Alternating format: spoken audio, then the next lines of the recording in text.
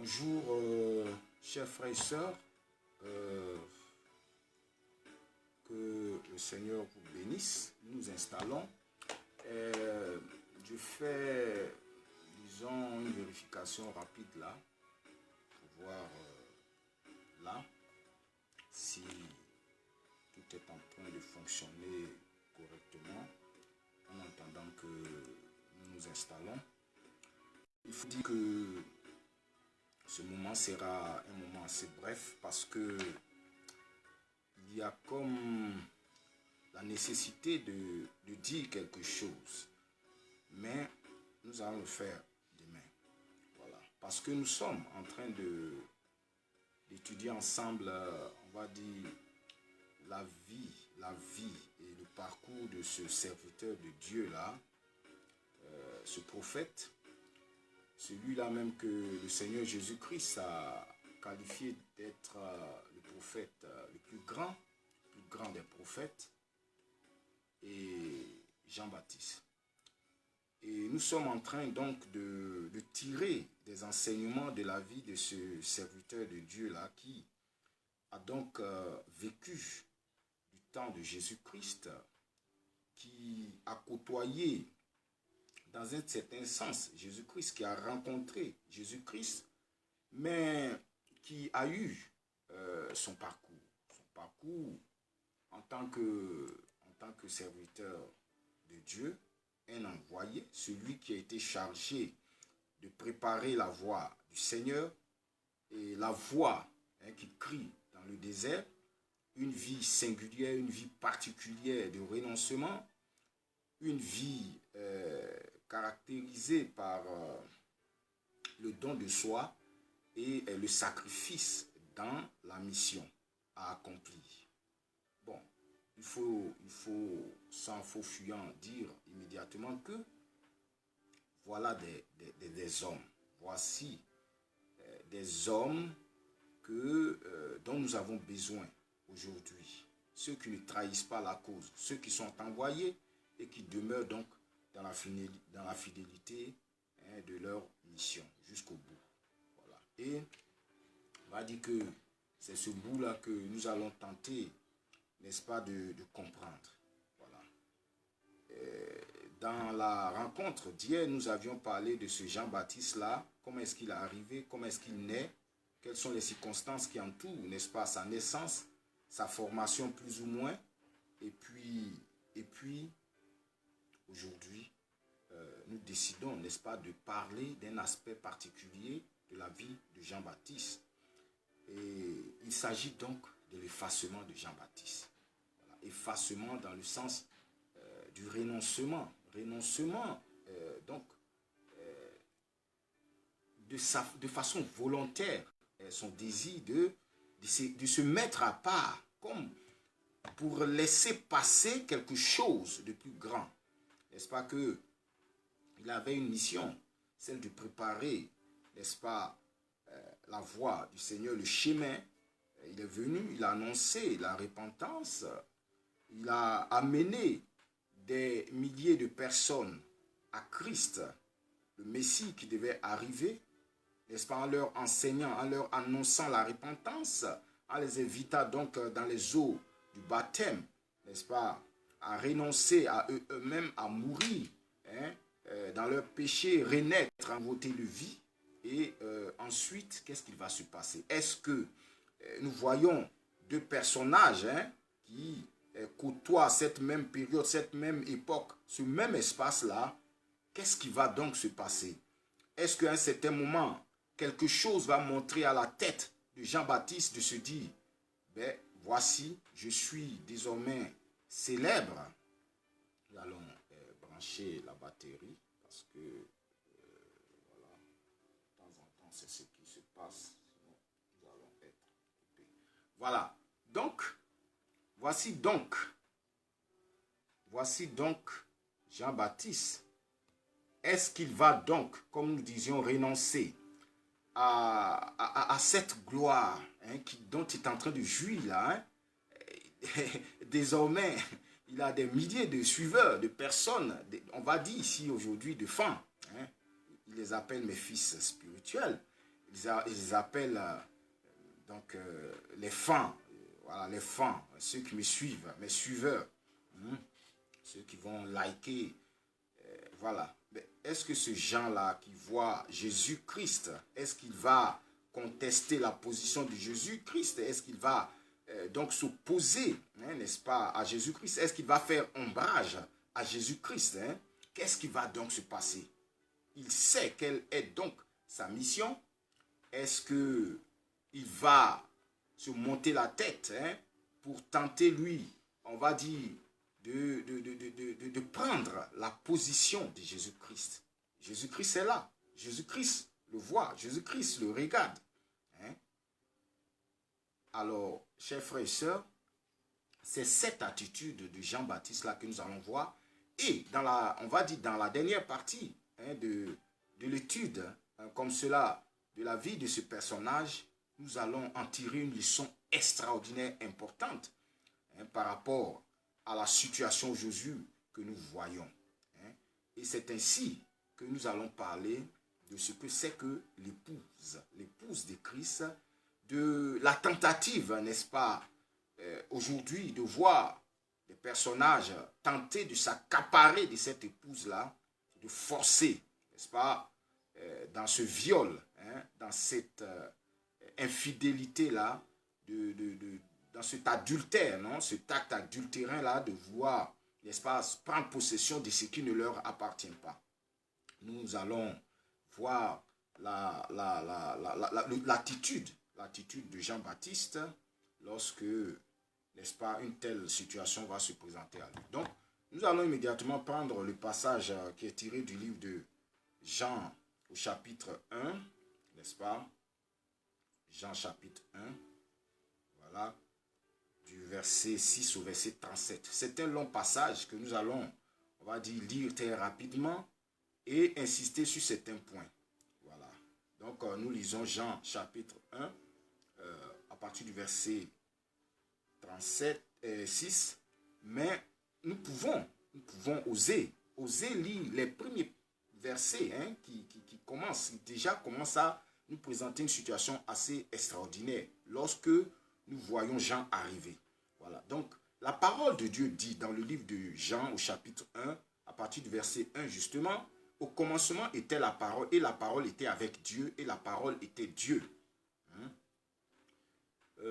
Et la parole était Dieu. Je contrôle voir si, voilà, donc ici, voilà, et la parole était Dieu. Gloire à Jésus. Voilà. Voilà. Et la parole était Dieu. Voilà. Donc, elle était au commencement avec Dieu et toutes choses ont été faites par elle. Et rien de ce qui a été fait n'a été fait sans elle. En elle était la vie et la vie était la lumière des hommes. La lumière, lui, dans les ténèbres et les ténèbres ne l'ont point reçue. Alors, ici, l'apôtre Jean présente de façon claire, hein, la parole qui est la lumière du monde et la lumière qui arrive dans le monde. Nous savons, en lisant dans le livre de Malachie, comme nous l'avions déjà expliqué hier, qu'il y a un envoyé qui arrive pour préparer la voie, hein, du Seigneur. Et nous allons voir qu'il y a un ange qui va rencontrer Zacharie, hein, dans le temple pendant qu'il est en train d'offrir, hein, présenter le parfum. Et il va lui dire que tu vas devenir père et cet enfant il va s'appeler Jean.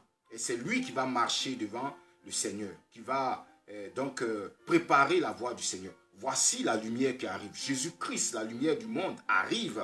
Et au verset 6, l'apôtre Jean, dans son livre, dans cet évangile-là, il va nous préciser qu'il eut un homme envoyé de Dieu. Son nom était Jean. Voilà, donc c'est ce Jean-là, le fils de Zacharie, le sacrificateur, et d'Élisabeth, la dame qui a été stérile là, pendant un temps jusqu'à ce qu'elle mette au monde, hein, n'est-ce pas, Jean-Baptiste. Élisabeth, on va dire, la sœur de Marie, la mère de Jésus-Christ. Donc c'est un événement qui va se passer dans la même période. Donc il vint servir de témoin pour rendre témoignage à la lumière. Il est bien précisé ici la mission de Jean-Baptiste, hein. Il n'était pas la lumière, mais paru pour rendre témoignage à la lumière. La lumière, c'est Jésus-Christ. Nous savons très bien que Jésus nous dit qu'il est la lumière du monde. Voilà. Et cette lumière était la véritable lumière qui, en venant dans le monde, éclaire tout homme. Un jour, nous allons encore étudier la question de Jésus-Christ comme la lumière du monde. Pourquoi est-ce que Jésus-Christ trouve la nécessité de dire qu'il est la lumière du monde? Et pourquoi, du coup, nous aussi nous devenons la lumière du monde, le sel de la terre? Nous allons en parler de façon extraordinaire. Alors, nous poursuivons au verset 11. Elle est venue chez les siens et les siens ne l'ont point reçue, mais à tous ceux qui l'ont reçue, à ceux qui croient en son nom, elle a donné le pouvoir de devenir enfants de Dieu, lesquels sont nés non du sang, ni de la volonté de la chair, ni de la volonté de l'homme, mais de Dieu. Voilà. Alors, nous poursuivons, mais ce qui nous intéresse, c'est le personnage même de Jean-Baptiste. Donc, faisons très attention à ce qui va se passer dans ce passage. Au verset 14, il est dit, « Et la parole a été faite chair, elle a habité parmi nous, pleine de grâce et de vérité. Nous avons contemplé sa gloire, une gloire comme la gloire du Fils unique venu du Père. » Donc la lumière est la parole qui est devenue chair et qui a habité parmi nous. Il faut un envoyé pour rendre témoignage de cette lumière qui arrive, pour préparer la voie, pour préparer le chemin. Et c'est Jean-Baptiste. Alors donc, nous poursuivons au verset 15. Jean lui a rendu témoignage et s'est écrié, c'est celui dont j'ai dit, celui qui vient après moi m'a précédé car il était avant moi. Oh, mais comment est-ce que celui qui est venu après toi t'a précédé? Ça veut dire que Jean sait que celui qui vient après lui est plus grand, est au-delà. Déjà, nous commençons à voir l'attitude de Jean-Baptiste qui n'est pas en lutte avec quelque chose. Il n'est pas en lutte avec quelqu'un. Il n'est pas en lutte avec celui qui vient. Mais il vient pour rendre témoignage, pour dire ce qu'il a vu, ce qu'il a entendu. Et ça, c'est très très important. Quand tu es envoyé, tu reçois un message. Il faut transmettre de façon fidèle ce que tu as entendu et dire et raconter ce que tu as vu avec fidélité. Voici notre Jean-Baptiste, donc qui a reçu des instructions et qui va commencer déjà à livrer ces informations-là. Alors donc, il va dire, celui qui vient après moi m'a précédé, car il était avant moi. Et nous avons tous reçu de sa plénitude, et grâce pour grâce. Car la loi a été donnée par Moïse, la grâce et la vérité sont venues par Jésus-Christ. Alléluia. Poursuivons. Personne n'a jamais vu Dieu, le Fils unique qui est dans le sein du Père, et celui est celui qui l'a fait connaître. Voilà. Donc Jean-Baptiste vient rendre témoignage au Fils de Dieu qui arrive. N'est-ce pas? Il fallait trouver une solution au péché de l'homme, de la séparation de l'homme qui s'est rébellé contre Dieu. Cette cassure dans la communication et dans la relation avec Dieu, il fallait la reconstruire. Et Jésus-Christ vient donc pour reconstruire cela. Et nous savons que c'est par sa mort et par sa résurrection qu'il y a eu la réconciliation. Parce que par son sang qui a été coulé, qui a été offert en sacrifice, nous avons eu la vie et la vie éternelle et la réconciliation. La relation avec Dieu a été rétablie pour tous ceux qui le reçoivent comme leur Seigneur et leur Sauveur personnel. Alors donc, maintenant, nous allons parler du témoignage de Jean, puisque Jean vient rendre témoignage à la parole qui vient, à Jésus-Christ qui vient, au Fils de Dieu qui vient. Maintenant, voici ce que l'apôtre Paul va dire, l'apôtre Jean va raconter comme témoignage sur le prophète Jean-Baptiste. Jean le Baptiste, c'est lui qui baptise. Voici les témoignages de Jean lorsque les Juifs envoyaient de Jérusalem des sacrificateurs et des Lévites pour lui demander, toi qui es-tu? Rappelons que Jean lui-même, Jean-Baptiste lui-même, il était un Lévite. Son père Zacharie est un sacrificateur, il est un Lévite. Donc Jean-Baptiste lui-même est un Lévite. Alors, il y a un groupe de Juifs qui ont été envoyés, qui sont des Juifs envoyés de Jérusalem, des sacrificateurs, qui sont des sacrificateurs, donc censés être, on va dire, dans la même logique que Jean-Baptiste. Et donc, ce sont des Lévites qui viennent pour lui demander, toi, qui es-tu? Ils sont intéressés de savoir, mais qui est donc celui-là? N'est-ce pas donc une bonne occasion, une belle occasion pour Jean-Baptiste de faire le boucan, comme nous voyons aujourd'hui, de ces jours, de faire le boucan. Qui es-tu? Et parle-nous. Parce que on ne vient pas demander des informations de ce type à n'importe qui. Parce qu'ils ont entendu, parce qu'ils ont vu l'action que Jean-Baptiste est en train de poser ici. Alors ils viennent pour se poser des questions. La profondeur des questions même qu'ils vont poser nous indique déjà la dimension du personnage même qui est là. Donc, alors Jean va déclarer, et ne le nia point, il déclare qu'il n'était pas le Christ, qu'il n'était pas le Messie.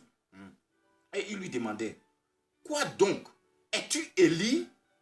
Et il dit, je ne le suis point. Es-tu le prophète? Et il répondit, non. Il lui dit, alors, qui es-tu? Afin que nous donnions une réponse à ceux qui nous ont envoyés. Alléluia. Que dis-tu de toi-même? Écoutons donc Jean parler de lui-même maintenant. Puisqu'on lui donne l'occasion, on lui donne une tribune, on lui offre une tribune pour pouvoir parler de lui. Toi, que dis-tu de toi-même? Que racontes-tu de toi-même? Tu es un serviteur de Dieu qui a été appelé. Que racontes-tu de toi-même? Qu'est-ce que tu racontes un peu autour de toi-même? Écoutons Jean. Il parle de lui, il parle de quelque chose. Voilà ce que Jean donc va répondre. Moi, dit-il, je suis la voix de celui qui crie dans le désert, aplanissez le chemin du Seigneur, comme a dit Ésaïe le prophète. Donc, Jean est en train de clarifier ici le sens de sa présence, de lui-même, ce qu'il est. Il est une voix qui va crier. Et cette voix a une mission de préparer la voie du Seigneur. Donc, alors il va crier, aplanissez le chemin du Seigneur, comme a dit Ésaïe le prophète. Alléluia. Alors, ceux qui avaient été envoyés étaient des pharisiens. Et nous savons, cette fronde d'anti-Dieu, nous allons en parler, de personnes qui ont passé leur temps, n'est-ce pas, à combattre Jésus-Christ. Voilà, ceux-là, ici, ils se rangent et ils vont commencer encore à relancer. Il lui fit encore cette question. Pourquoi donc baptises-tu si tu n'es pas le Christ, ni Élie, ni le prophète? Comme pour dire, est-ce qu'il savait le sens de l'écriture?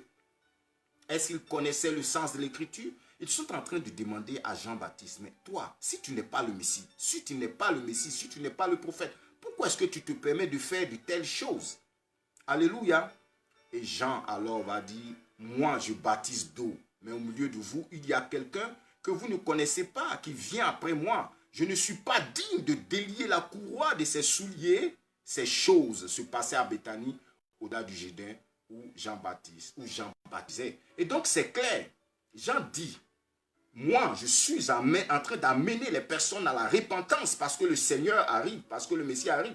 Mais celui dont vous parlez là, qui est capable alors de baptiser, parce qu'il faut bien faire la distinction entre le baptême de feu et d'esprit que Jésus-Christ seul est capable de faire, et le baptême de repentance, qui est le baptême. Jésus nous envoie et dit, allez baptiser au nom du Père, du Fils et du Saint-Esprit, ceux qui croiront seront sauvés. Voilà, donc il y a ce que nous faisons, mais celui qui est capable, non, donc de baptiser de feu, de la force de l'Esprit, c'est Jésus-Christ. Voilà, et Jean-Baptiste ne se dérobe pas. Il dit exactement la mission qu'il a. Il ne va pas au-delà. Il ne dit pas que oui, je suis capable de baptiser aussi de feu et d'esprit. Il dit non, moi, il y a des choses que je peux faire et je vais les faire. Mais en réalité, je suis venu pour annoncer le Messie qui arrive, pour préparer les cœurs, pour que les cœurs soient aplanis, pour que quand le Messie arrive, il trouve une nation, un peuple bien disposé à le recevoir. Alléluia. Nous allons poursuivre et nous avons presque terminé cette partie qui est importante. Donc, on va retenir dans cette partie ici une partie très très importante. Dans la question de l'effacement de Jean-Baptiste en tant que prophète de Dieu, en tant qu'envoyé de Dieu, en tant que porte-parole dans ce sens de Dieu, qu'est-ce qu'il va dire? Celui qui vient après moi, je ne suis pas digne de délier la courroie de ses souliers. Jean-Baptiste dit qu'il n'est pas digne. C'est-à-dire que quel que soit tout ce que tu as constaté dans sa façon de faire, les foules arrivent pour se repentir, à tel point que tu vas même le prendre pour le Messie, en lui demandant, mais est-ce que tu es le Christ? Mais Jean-Baptiste est en train de dire qu'il n'est pas digne de délier la courroie des chaussures de Jésus-Christ. Alléluia. Donc, nous allons voir maintenant quelque chose qui va se passer de très intéressant. Au verset 29, le lendemain, il vit Jésus venant à lui et il dit, voici l'agneau de Dieu qui ôte le péché du monde. Oh, chers frères et sœurs, toi qui es en train de servir, bien toi qui as accepté de marcher avec Jésus-Christ, je veux te dire qu'il faut savoir que Jésus-Christ est l'agneau de Dieu, celui qui ôte le péché du monde. Il n'y en a point d'autre. C'est Jésus-Christ, l'agneau de Dieu qui ôte le péché du monde. Alléluia. Voilà. Jean-Baptiste alors va donc revenir encore pour être encore plus précis. Il dit, c'est celui dont j'ai dit, après moi, vient un homme qui m'a précédé, car il était avant moi. Alléluia. Je ne le connaissais pas, mais c'est afin qu'il fût manifesté à Israël que je suis venu baptiser d'eau. Voilà. Jean rendit ce témoignage et quelque chose d'extraordinaire va se passer. Jean a reçu une information capitale quand il arrive pour parler de celui pour lequel il est arrivé, pour annoncer, pour préparer la voie. Il dit, j'ai vu l'Esprit descendre du ciel comme une colombe et s'arrêter sur lui. Je ne le connaissais pas, mais celui qui m'a envoyé baptiser d'eau, celui-là m'a dit, celui sur qui tu verras l'Esprit descendre et s'arrêter, c'est celui qui baptise du Saint-Esprit. Et j'ai vu et j'ai rendu témoignage qu'il est le Fils de Dieu. Jean-Baptiste a reçu des instructions bien claires. Il est clair qu'à un certain moment, nous allons aussi affronter cette question sur le doute de Jean-Baptiste lorsqu'il est jeté en prison. Pourquoi est-ce qu'après il demande à ses disciples, allez demander à celui-là qui est là, ce Jésus, est-ce qu'il est celui qui doit venir ou bien nous devons en attendre un autre? Nous allons parler de ces questions. Mais ici, Jean-Baptiste est en train de nous dire qu'il a reçu des instructions. Et les instructions sont que celui sur lequel il va voir descendre, n'est-ce pas, l'Esprit, ça et s'arrêter, c'est celui-là qui baptise du Saint-Esprit.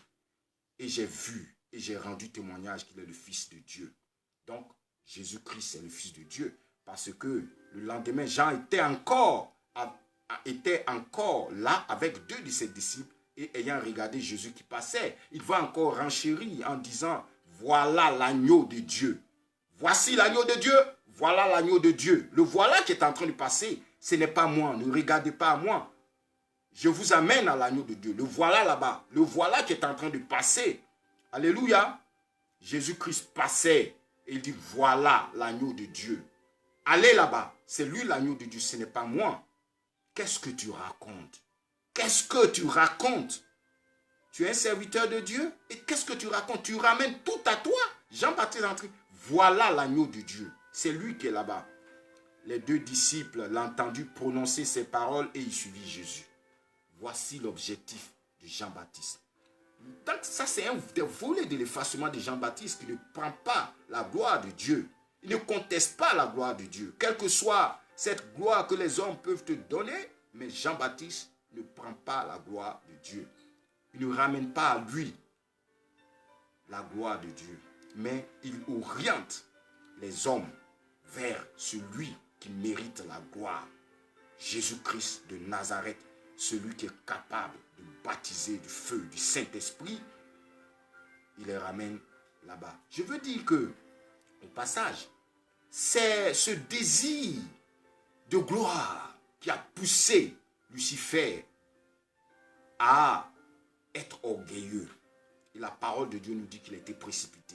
Donc, quand tu es animé de ce sentiment de gloire à contester avec Dieu, tu es animé d'un esprit diabolique.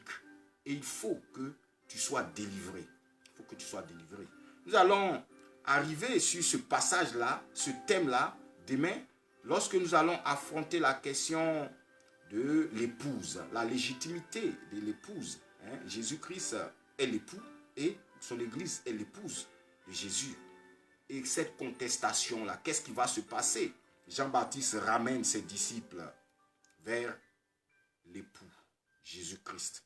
Nous allons poursuivre rapidement notre méditation. Ça va se trouver cette fois-ci, le passage que nous allons lire, va se trouver dans le livre de Matthieu au chapitre 3. Nous le prenons, Matthieu chapitre 3, à partir du verset 13. Donc le lisons. Dans le livre de Matthieu au chapitre 3, à partir du verset 13, nous lisons donc, toujours en parlant de l'effacement de Jean-Baptiste. Voilà ce qu'il va nous dire. Et il va encore répéter. Voilà, dans l'évangile de Matthieu, ça se voit.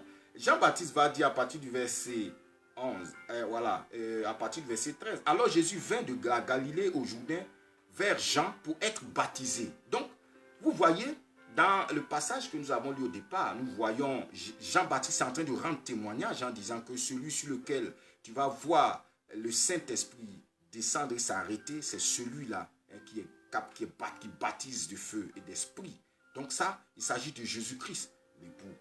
Et ici, nous voyons à partir du verset 13 du livre de Matthieu, au chapitre 3, alors Jésus vint de la Galilée au Jourdain vers Jean pour être baptisé par lui. Mais Jean s'y opposait en disant, c'est moi qui ai besoin d'être baptisé par toi et tu viens à moi. Jésus lui répondit, laisse faire maintenant, car il est convenable que nous accomplissions ainsi tout ce qui est juste, et Jean ne le résista plus. Alléluia. Vous voyez la difficulté de Jean-Baptiste même à accepter que Jésus-Christ se fasse baptiser par lui. Nous rappelons au passage qu'ici il s'agissait d'un transfert sacerdotal, c'est-à-dire que Jean-Baptiste, c'est un sacrificateur, il est un lévite. Il va transférer, n'est-ce pas, va faire ce transfert sacerdotal à Jésus-Christ qui va réunir alors la royauté et le sacerdoce. Voilà, comme Melchisédek. Voilà. Mais ce qui est intéressant ici, qu'il faut préciser, c'est que Jean-Baptiste qui disait là-bas qu'il n'est même pas digne de délier la courroie des chaussures, des sandales de Jésus-Christ, ici encore, il va manifester cette attitude vraiment d'humilité. Il ne se sent même pas, il ne se sent même pas dans la condition de baptiser Jésus-Christ. Jésus-Christ n'a point de péché. Parce qu'il faut que ce soit clair et propre. Jésus-Christ est l'agneau de Dieu qui ôte le péché du monde. L'agneau de Dieu parfait, qui est capable d'ôter. Il n'aurait pas eu la possibilité de la rédemption de l'humanité avec un sacrifice corrompu, n'est-ce pas? Le rite du sacrifice au niveau du temple était très très drastique. Il fallait que l'agneau ne présente aucun défaut. Alors Dieu même qui a fait toutes choses, les cieux et la terre, va-t-il amener donc un agneau qui a des défauts? Non, Jésus-Christ n'a point de péché. Ici, Jean-Baptiste s'oppose au baptême de Jésus-Christ et il démontre ici son humilité. Mais Jésus-Christ va lui rappeler que faisons les choses. Parce que ici, Jésus-Christ a besoin de se conformer à ce peuple qui arrive. D'ailleurs, quand il dit allez jusqu'aux extrémités de la terre, annoncer l'évangile, ceux qui auront cru seront sauvés, et baptiser l'un au nom du Père, du Fils et du Saint-Esprit. Voilà, c'est une mission. Donc Jésus-Christ ici va s'identifier à ce acte. Se baptiser, c'est mourir avec son péché, renaître en Christ. Alors Jésus-Christ, bien que n'ayant pas de péché, donne ici, n'est-ce pas, l'exemple, en acceptant de se faire baptiser par Jean-Baptiste. L'humilité ici et l'effacement de Jean-Baptiste, c'est quand nous voyons Jean-Baptiste qui s'oppose. Oh, Jean-Baptiste s'oppose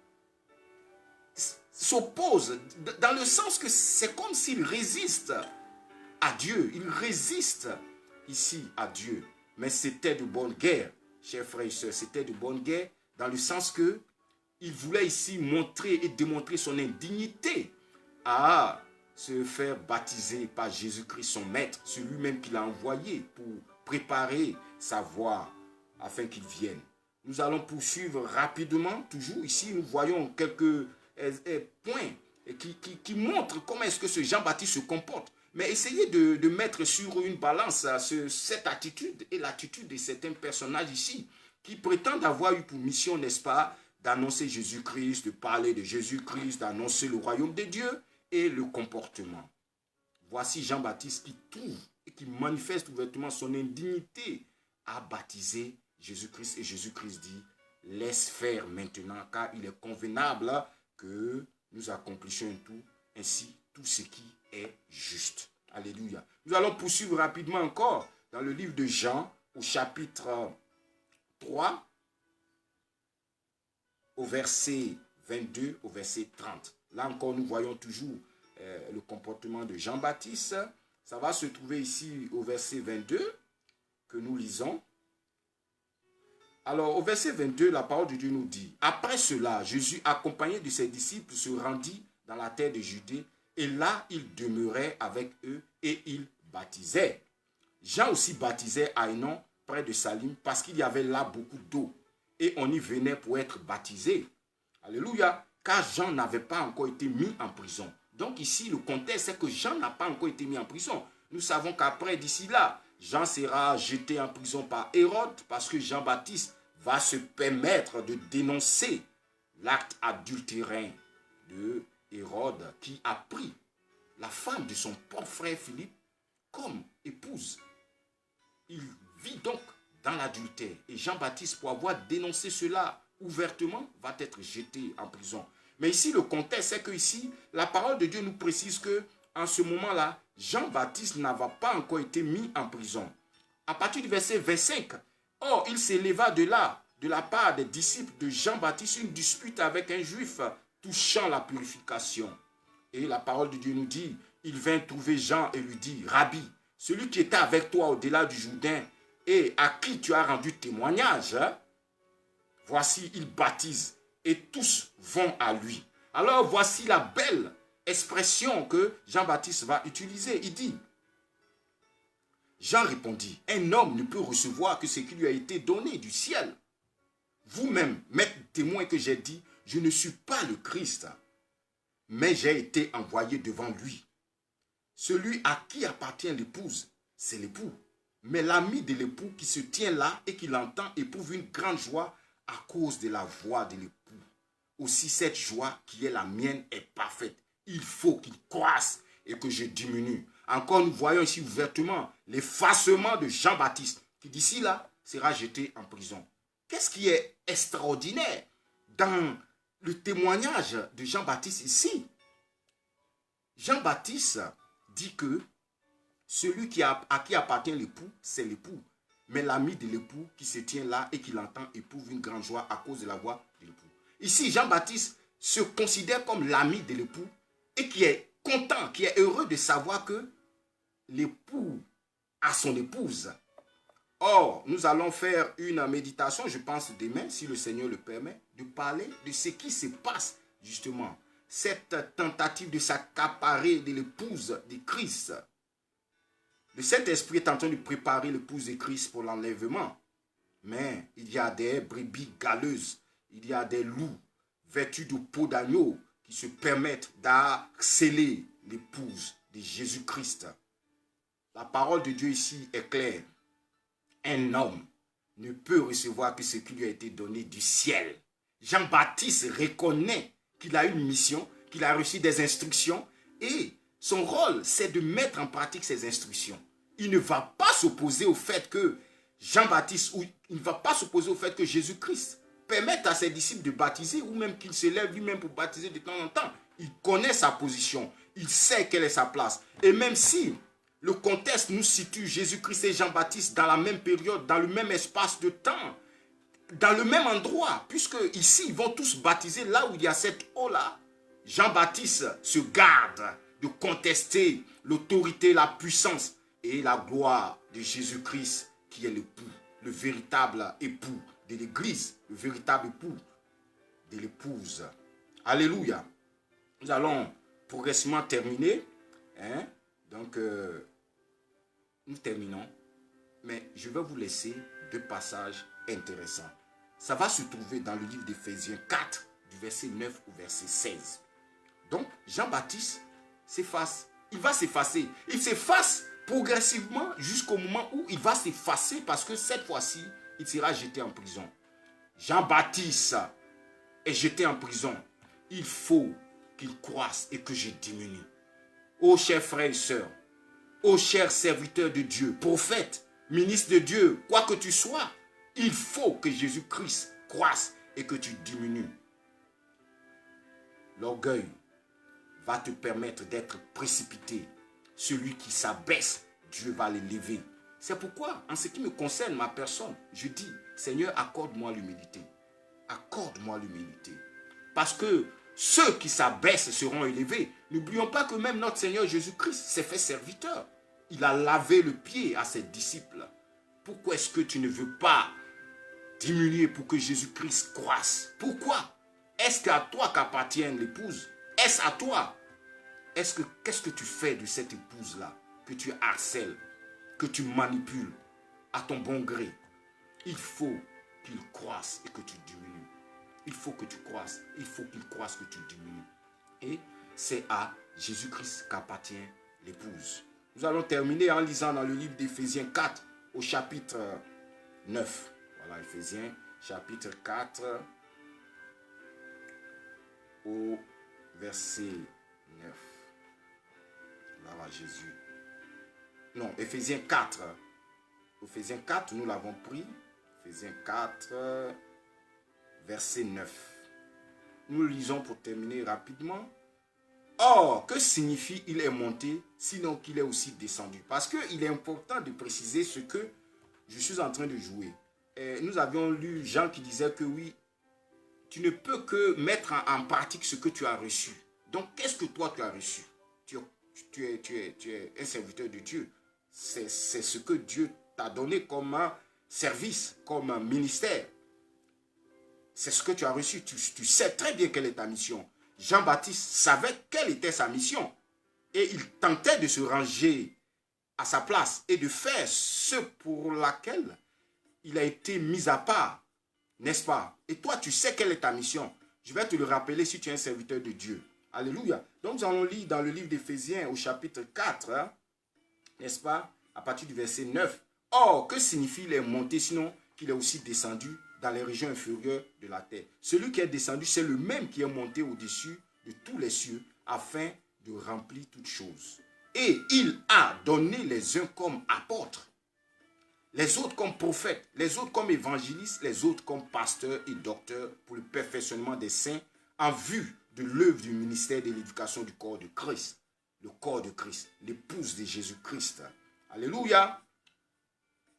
Alors, nous poursuivons jusqu'à ce que nous soyons tous parvenus à l'unité de la foi et de la connaissance du Fils de Dieu, à l'état d'homme fait à la mesure de la stature parfaite de Jésus-Christ, afin que nous ne soyons plus des enfants flottants et emportés à tout vent de doctrine par la tromperie des hommes et par leur ruse dans les moyens de séduction, mais que, professant la vérité dans la charité, nous croissions à tout égard en celui qui est le chef, Christ. Alors, ici, nous voyons clairement que Jésus-Christ a aussi donné ces ministères-là.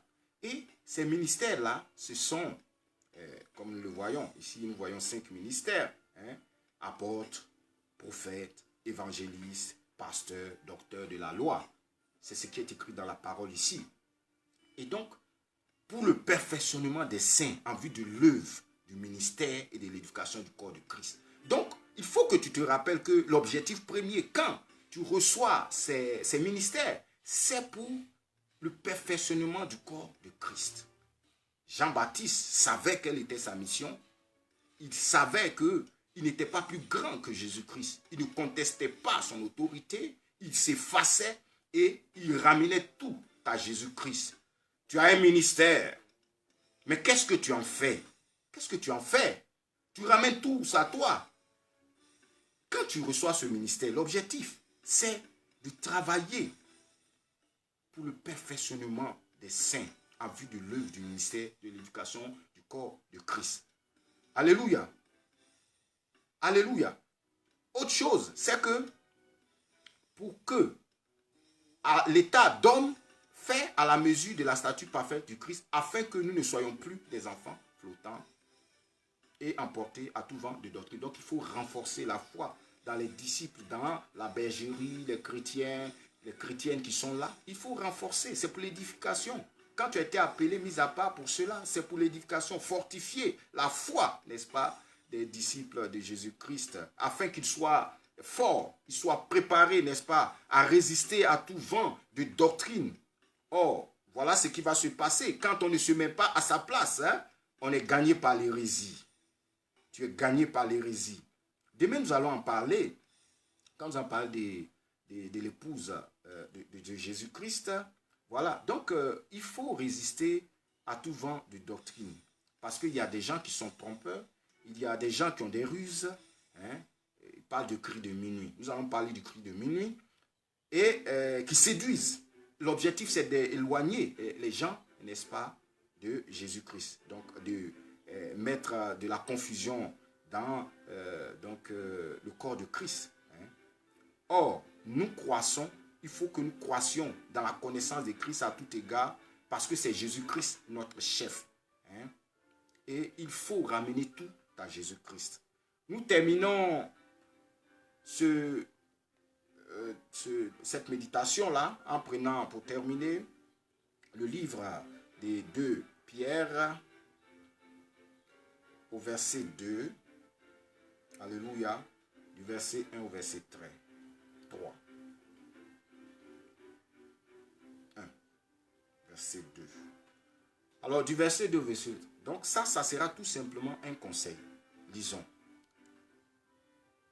Il y a eu parmi le peuple de faux prophètes, et il y aura de même parmi vous de faux docteurs qui introduiront des sectes pernicieuses et qui, reniant le maître qui les a rachetés, attireront sur eux une ruine soudaine. Plusieurs les suivront dans leur dissolution et la voie de la vérité sera calomniée à cause d'eux.